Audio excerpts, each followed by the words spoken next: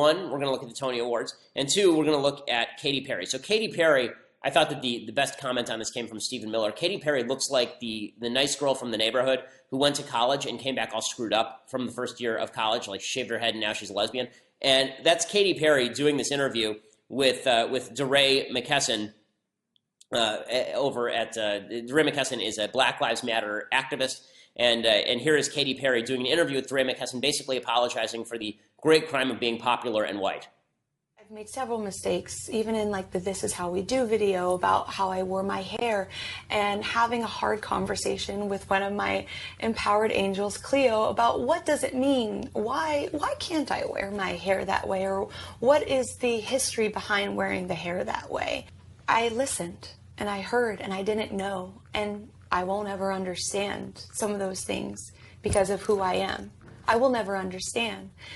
But I can educate myself, and that's what I'm trying to do along the way. And even in, my intention to like appreciate Japanese culture, I did it wrong with a performance. And I didn't know that I did it wrong until I heard people saying I did it wrong. And sometimes that's what it takes, is it takes someone to say, out of compassion, out of love, hey, this is where the origin is, and okay, do you understand? It's unwatchable. I'm sorry. I'm losing brain cells at such a rapid pace that I'll be dead by the end of this clip if we actually play the entire thing. So what did Katy Perry do wrong? Okay, so Katy Perry supposedly wore her hair in stereotypical black fashion in this video, This Is How We Do. Okay. I guess now she has stereotypically taken the hair off like a neo-Nazi. So that's exciting. So she's culturally appropriated the hair from neo-Nazis, which is just awesome. Or from the movie The Fifth Element. I can't really decide which. Now, I love that she's so sad about, oh my God, it's just terrible. First of all, just the setting of this thing is amazing. It's amazing. This whole just, snowflake should be written all over this clip, because they're sitting on this white couch, cross-legged. Who sits cross-legged doing an interview? I mean, this is just the most ridiculous, stupid thing. They should be smoking pot and wearing hemp clothing while they do this idiocy. And then for her to drop it's cultural appropriation. I don't know how much I've hurt people. Yes, I'm sure black people all over the United States were hurting deeply because Katy Perry wore her hair a particular way in a music video. I was told that black people were really suffering in this country. If that's true, it seems to me that the last of their concerns would be Katy Perry wearing her hair in a particular way. And she says, oh, well, I did a concert in Japan. Let's be clear about cultural appropriation, okay? When it comes to cultural appropriation is a good thing because it means that cool things cross cultural lines. Okay, that white couch is cultural appropriation from Sweden or something. It's from cultural appropriation from IKEA. And the microphone is cultural appropriation from whoever invented the microphone, because every invention is an outgrowth of the culture that created it, apparently. All just nonsense, all just stupidity. But this is the virtue signaling that is necessary from the entire Hollywood left, and that they feel a necessity to push.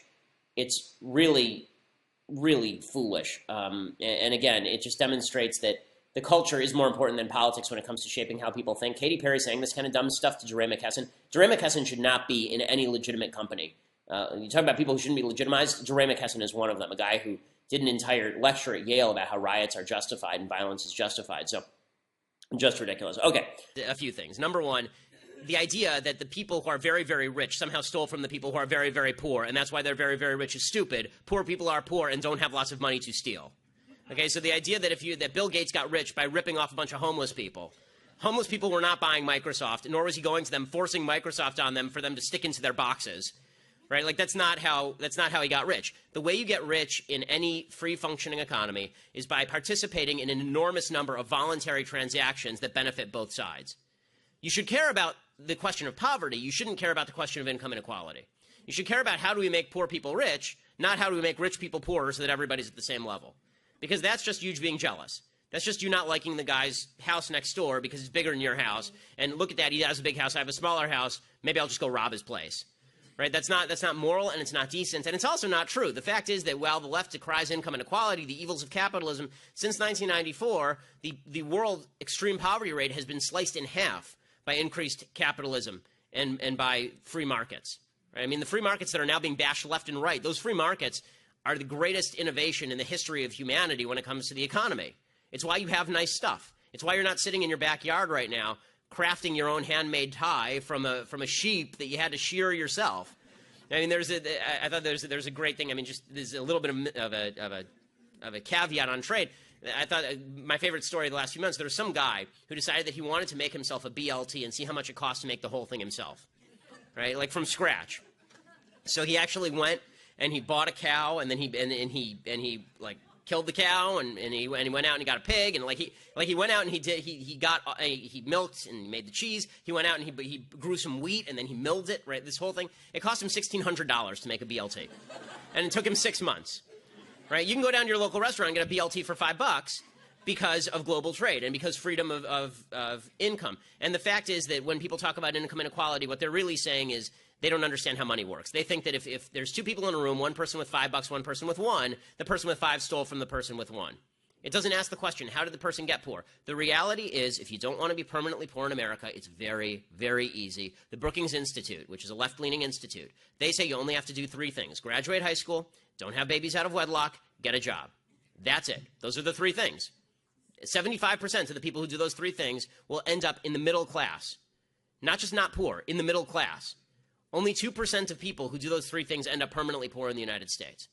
So the idea that it's the rich people keeping the poor people down, and they're doing it for their own pleasure, their own sick pleasure. Bill Gates says, for sport, he shoots poor people from the balcony of his mansion.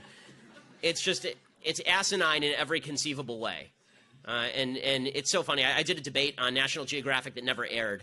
It never aired because it was brutal. And it was me against 3, which made it almost fair for them. And it was like Van Jones, and I think Van Jones was on the other side, and some professor from NYU. And it was exactly on this topic.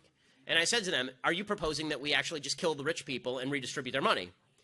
And they said no. And I said to them, why are you talking about the rich people? What did they do?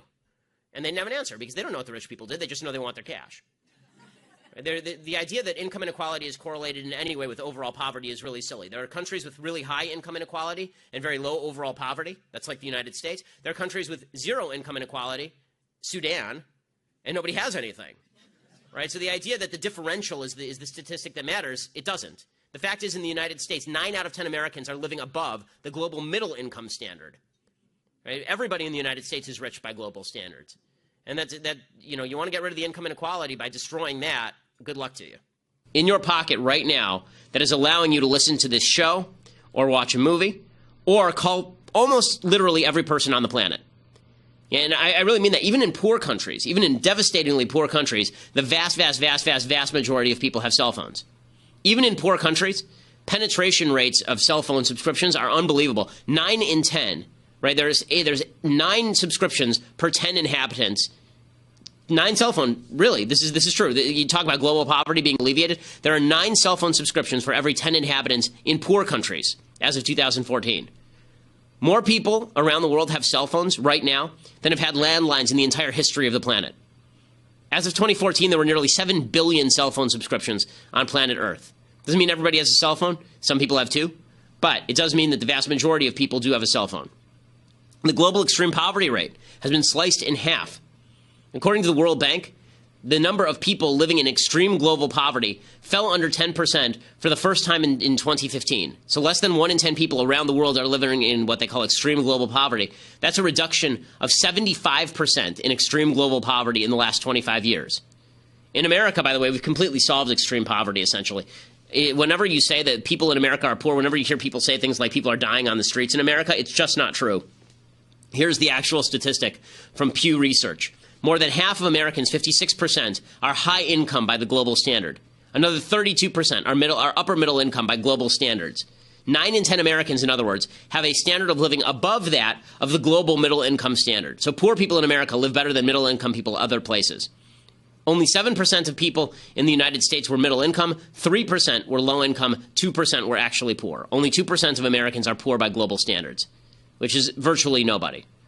Right? Life expectancy has increased dramatically over the last 45 years. In 1972, life expectancy in the United States was 71 years old. Today, it's nearly 80. That's almost a decade of increase in the last 45 years in life expectancy. Infant mortality in the early 70s was at about 20 deaths per 1,000 live births, which is crazy high, right? I mean, that means that 2 out of every 100 live births, the kid would die. Today, infant mortality is at 6 per 1,000 live births. We've sliced it by 2/3. And that's still too high. We can get it down further. Crime has dropped dramatically, as I mentioned. From 1970 to 1990, you were actually more likely to be victimized by a violent crime than to be injured in a car accident. Today, burglary has plummeted by 80%, robbery by 80%, homicide by 80% from 1990 to 2009. Pollution has plummeted for all the people on the left who are deeply worried about the environment. Pollution has plummeted by 36%. Sorry, the American population grew 36% between 1970 and 2000.